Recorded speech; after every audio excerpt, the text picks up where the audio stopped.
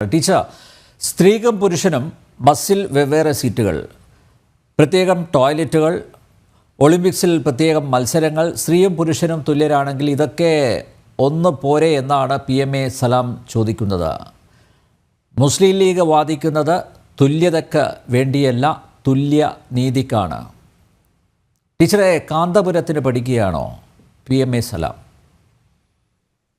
ഇവരിപ്പോഴും 6-ാം നൂറ്റാണ്ടിലേക്കാണ് ഈ പുരോഗമന സമൂഹത്തെ കൊണ്ടുപോയി കിട്ടുന്നത്. ഇന്ത്യൻ ഭരണഘടനയുടെ പ്രിയാമ്പിൾ പോലും വായിച്ചിട്ടില്ലാത്ത ഇവര് ഇപ്പോഴും മദ്രസ തലച്ചോറുമായിട്ടാണ് നടക്കുന്നത്. ഇന്ത്യൻ ഭരണഘടനയുടെ 14 മുതൽ 18 വരെയുള്ള വകുപ്പുകളിലായി സമത്വത്തിനുള്ള അവകാശങ്ങളെ സംബന്ധിച്ച് വിശദീകരിക്കുന്നുണ്ട്. ആ സമയത്ത് ഇവര് പോയി നോക്കുന്നത് കർമ്മശാസ്ത്ര ഗ്രന്ഥങ്ങളാണ്. അതിനകത്ത് എന്താണ് സ്ത്രീകളെ സംബന്ധിച്ച് പറഞ്ഞിരിക്കുന്നത്? ലാ യജിബു അലൈഹി ദവാഉൻ ലിമർളിഹാ ഉജ്റത്തു തബീബ്. നമ്മള് സ്ത്രീകളെ ഉപേക്ഷിക്കാൻ ഉദ്ദേശിക്കുന്നെങ്കിൽ ആ സ്ത്രീക്ക് ആശുപത്രി ആവശ്യത്തിനു വേണ്ടിയുള്ള വൈദ്യസഹായത്തിന് പോലും ഒരു നാണയം കൊടുക്കാൻ പാടില്ല എന്നുള്ള കർമ്മശാസ്ത്ര ഗ്രന്ഥങ്ങളാണ് ഇവർ പഠിക്കുന്നത്. അതുകൊണ്ട് വിവിധ തരത്തിലുള്ള സാമൂഹിക അസമത്വങ്ങൾ അവസാനിപ്പിച്ച് സമത്വം ഉറപ്പുവരുത്തുന്നതിന് വേണ്ടിയുള്ള അവകാശങ്ങൾക്ക് മുൻതൂക്കം നൽകുന്ന ഭരണഘടന ഇവർക്ക് ആവശ്യമില്ല. പക്ഷേ ഭരണഘടനാ മൂല്യങ്ങളെ മുറുകെ പിടിക്കുമെന്ന് പറയുന്ന ഇവർക്ക് വേണ്ടത് ന്യൂനപക്ഷ അവകാശങ്ങൾ മാത്രമാണ്. അതിനകത്ത് പറയുന്ന സമത്വം ഇവർക്ക് വേണ്ടേ വേണ്ട. ഒരു സമൂഹത്തിലെ എല്ലാ വ്യക്തികൾക്കും തുല്യ അവകാശങ്ങളും സ്വാതന്ത്ര്യങ്ങളും ഉള്ള ഒരു അവസ്ഥയാണ് സാമൂഹിക സമത്വം എന്നതുകൊണ്ട് ഉദ്ദേശിക്കുന്നത്. ഇതിനകത്ത് പൗരാവകാശവും അഭിപ്രായ സ്വാതന്ത്ര്യവും എല്ലാം ഇതിനകത്ത് തന്നെ വരുന്നുണ്ട്. പക്ഷെ ഇവരെ സംബന്ധിച്ചിടത്തോളം സ്ത്രീകൾക്ക് ഉത്തമമായ പദവി നൽകി ആദരിച്ച ഒരേ ഒരു മതമാണ് കാരുണ്യത്തിന്റെ ഇസ്ലാം എന്നിവർ പറയുമ്പോഴും ഇവരുടെ പരിശുദ്ധ ഗ്രന്ഥങ്ങൾ ഇവരൊന്ന് പരതി നോക്കുന്നത് നല്ലതാണ്. സ്ത്രീക്കും പുരുഷനും ഇടയിൽ അള്ളാഹു നല്ല രൂപത്തിൽ മാതൃകാപരമായി തന്നെ ഒരുപാട് സമത്വങ്ങൾ സൃഷ്ടിച്ചിട്ടുണ്ട്. നമുക്കറിയാം ഇസ്ലാമിൽ എങ്ങനെയാണ് സ്ത്രീയെ കാണുന്നത് എന്ന് ഇന്നിവരാരും പറയാതെ തന്നെ ഖുർആനും ഹദീസും ഒക്കെ ആൻഡ്രോയിഡ് സിസ്റ്റം ഫോണുകളൊക്കെ ഉള്ള ആളുകൾക്ക് എല്ലാവർക്കും അറിയാൻ പറ്റും.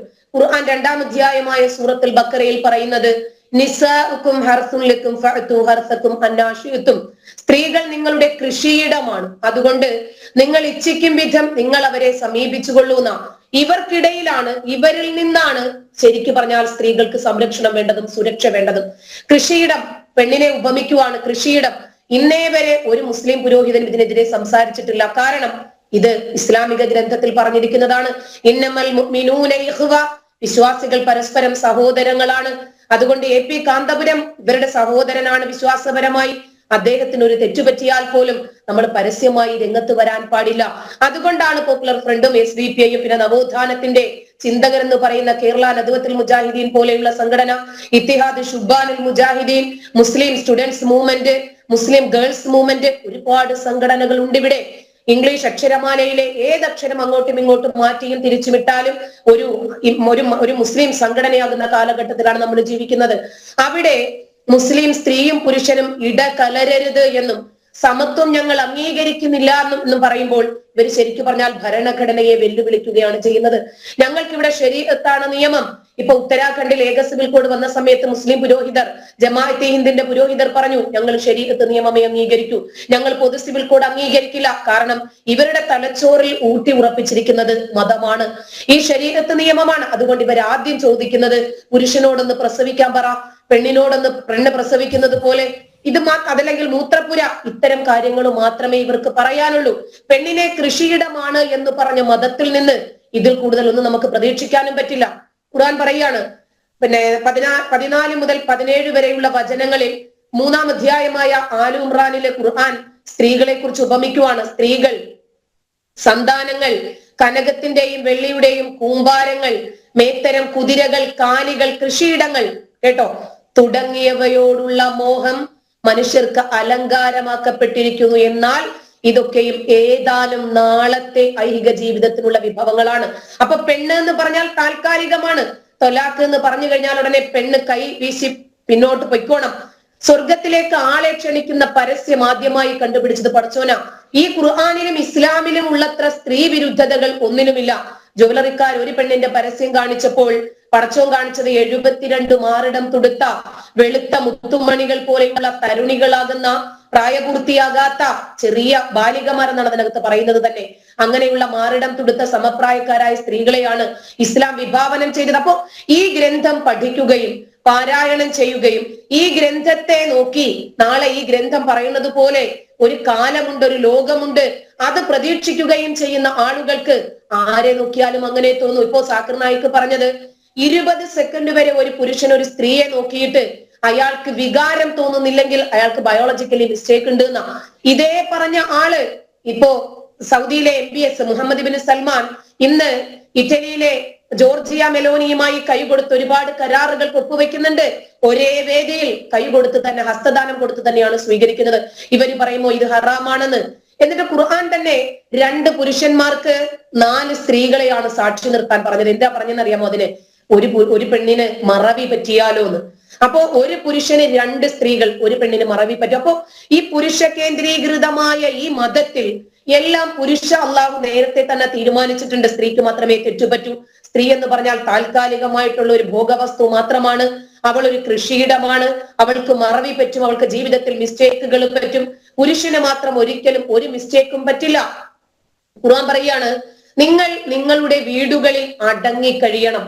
പഴയ അജ്ഞാന കാലത്തെ സൗന്ദര്യ പ്രകടനം പോലെയുള്ള സൗന്ദര്യ പ്രകടനം നിങ്ങൾ നടത്തരുത്. അതായത് പെണ്ണിന്റെ കൈയോ മുഖമോ കഴുത്തോ ഏതെങ്കിലും തൊലി വെളുത്ത ഒരു ഭാഗം കണ്ടാലുടനെ തന്നെ ഇവർക്ക് വൈകാരികമായ റിയാക്ഷൻ ഉണ്ടാകുന്നു. ഇവർക്ക് തന്നെ ഇവരുടെ വികാരത്തെ നിയന്ത്രിക്കാൻ കഴിയാത്തത് ഇവരുടെ തലച്ചോറിന്റെ പ്രശ്നമാണ്. ഇവരുടെ ലൈംഗിക ഉദ്ധാരണം ഇവർക്ക് നിയന്ത്രിക്കാൻ പൊതു ഇടത്തിൽ പറ്റുന്നില്ലെങ്കിൽ ഇവർക്ക് എങ്ങനെയാണ് ഇവരുടെ വീടുകളിൽ നിയന്ത്രിക്കാൻ പറ്റുന്നത്? അപ്പൊ പുരുഷന് സൗന്ദര്യമില്ലേ? പുരുഷന് സൗന്ദര്യം പ്രകടിപ്പിച്ച് നടത്താമോ? ഇപ്പൊ നമുക്കറിയാം മർക്കസ് നോളജ് സിറ്റിയിൽ നടക്കുന്നത് എന്താണ്?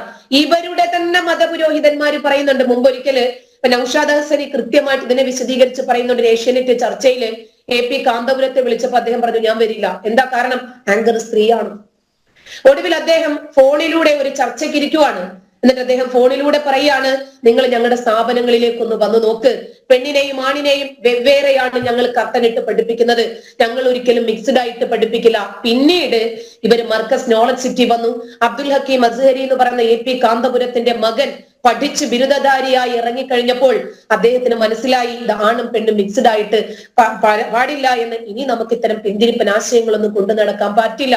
പിന്നീട് പേരോട് അബ്ദുറഹ്മാൻ സക്കാഫി വന്നിട്ട് പറയാണ്, നമ്മള് എഞ്ചിനീയറിംഗ് പോലെ, മെഡിസിൻ പോലെ, അതുപോലെയൊക്കെയുള്ള പഠനങ്ങൾക്ക് നമ്മളിപ്പോ മിക്സ്ഡ് ആക്കാൻ പറ്റില്ല എന്ന് പറഞ്ഞിട്ടുള്ള പിന്തിരിപ്പൻ ആശയവുമായിട്ട് നമുക്ക് ഇരിക്കാൻ പറ്റുമോ? ഇവർക്ക് പോലും ഇവര് പറയുന്ന ഈ മത നിയമം പ്രാവർത്തികമാക്കാൻ സാധിക്കാത്ത സാഹചര്യമാണുള്ളത്. എന്നിട്ട് ഖുർആൻ പറയാണ്, അർരിജാലു ഖവ്വാമൂന അലൻ നിസാ ബിമാ ഫളലല്ലാഹു ബഅലഹും അലാ ബഅൽ. 4-ാം അധ്യായമായ സ്ത്രീകൾ എന്ന പേരുള്ള അധ്യായത്തിന്റെ 34-ാം വചനത്തിൽ അല്ലാഹു പറയാണ്, പുരുഷന്മാരെ, സ്ത്രീകളെ നിങ്ങൾ നിയന്ത്രിച്ചു കൊണ്ടുപോകുക.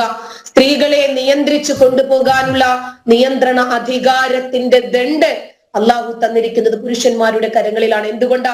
സ്ത്രീകളെക്കാൾ പുരുഷന്മാർക്ക് അള്ളാഹു ശ്രേഷ്ഠത നൽകിയത് കൊണ്ടാണ്. അപ്പൊ ഇങ്ങനെ ഇവരുടെ മതഗ്രന്ഥങ്ങളിൽ ഉടനീളം അടിമുടി സ്ത്രീ വിരുദ്ധതകൾ മാത്രം നിൽക്കുമ്പോൾ ഇവർക്ക് പിന്നെ എങ്ങനെയാണ് സമത്വത്തെ കുറിച്ച് സംസാരിക്കാൻ സാധിക്കുന്നത്?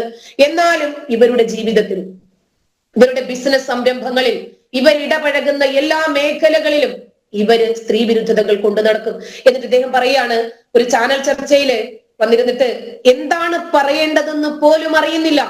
അപ്പൊ സമത്വം ഞങ്ങൾ അംഗീകരിക്കില്ല, ഞങ്ങൾക്ക് തുല്യനീതിയാണ് വേണ്ടത്. എവിടെയാണ് തുല്യനീതി? ഇവർക്ക് വനിതാ ലീഗുണ്ട്, അതിനകത്ത് നാമമാത്രമായിട്ടെങ്കിലും ഒരു സ്ത്രീ ഉണ്ടോ?